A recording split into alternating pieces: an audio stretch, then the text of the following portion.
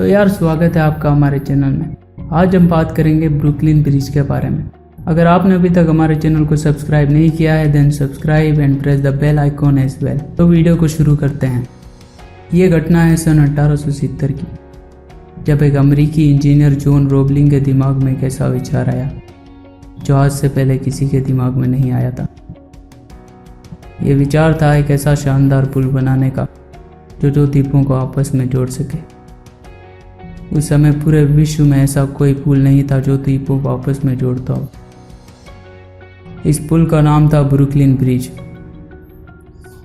इसलिए दुनिया भर के सभी इंजीनियरों ने इसे पागलपन करार देते हुए नकार दिया। जॉन रोबलिंग ने उन सभी इंजीनियरों से बात की जिन्हें वे जानते थे, लेकिन कोई भी उनकी सहायता करने के लिए आगे नहीं आया। जॉन रोबलिंग को कुछ भी समझ में नहीं आ रहा था कि अब वे क्या करेंगे। बहुत दिनों तक सोच विचार करने के बाद उन्होंने अपने पुत्र वॉशिंगटन से बात की। फिर दोनों ने विचार विमर्श किया। फिर इस नतीजे पर पहुंचे कि वो अपना सपना तो ज़रूर पूरा करेंगे। उन्होंने कुछ इंजीनियर बुलाए और उन्हें इस बात पर काम करने के लिए राज़ी किया कि इस प्रोजेक्ट में अगर कोई नुकसान होता है तो उसकी भरपाई वो दोनों करेंगे। जो इंजीनियर इस बात से सहमत थे वे रुक गए और बाकी के वहाँ से चले गए कि ये लोग पागल हो गए हैं, पैसा और वक्त दोनों बर्बाद करेंगे। ब्रुकलिन ब्रिज के निर्माण की शुरुआत और मुश्किलें। 3 जनवरी 1870 को काम शुरू हुआ। अभी कुछ ही दिन हुए थे काम शुरू हुए कि एक ऐसी घटना घट गई जिसने सबका विश्वास तोड़ कर रख दिया। जॉन रोबलिंग की अचानक मृत्यु हो गई। इस घटना के बाद फिर सब कहने लगे कि ये प्रोजेक्ट कभी पूरा नहीं हो सकता। ऐसे समय में जॉन रोबलिंग के पुत्र वाशिंगटन ने हिम्मत नहीं हारी और काम रुकने नहीं दिया। पर कहते हैं ना, नाव कितनी भी अच्छी हो, बड़े बड़े तूफान अक्सर उसे डुबा ही देते हैं। जॉन रोबलिंग के प्रोजेक्ट रूपी इस नाव पर भी उनकी मृत्यु के 2 साल बाद एक और तूफान आ गया। वे थी एक ऐसी बीमारी जिसने वाशिंगटन को ऐसी हालत में पहुंचा दिया जिसमें उनके शरीर के सभी अंगों ने काम करना बंद कर दिया। हालत इतनी खराब हो गई कि वाशिंगटन बोल भी नहीं सकते थे।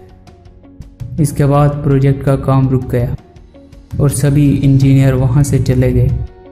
वाशिंगटन भी इस हालत में खुद को लाचार समझ रहा था।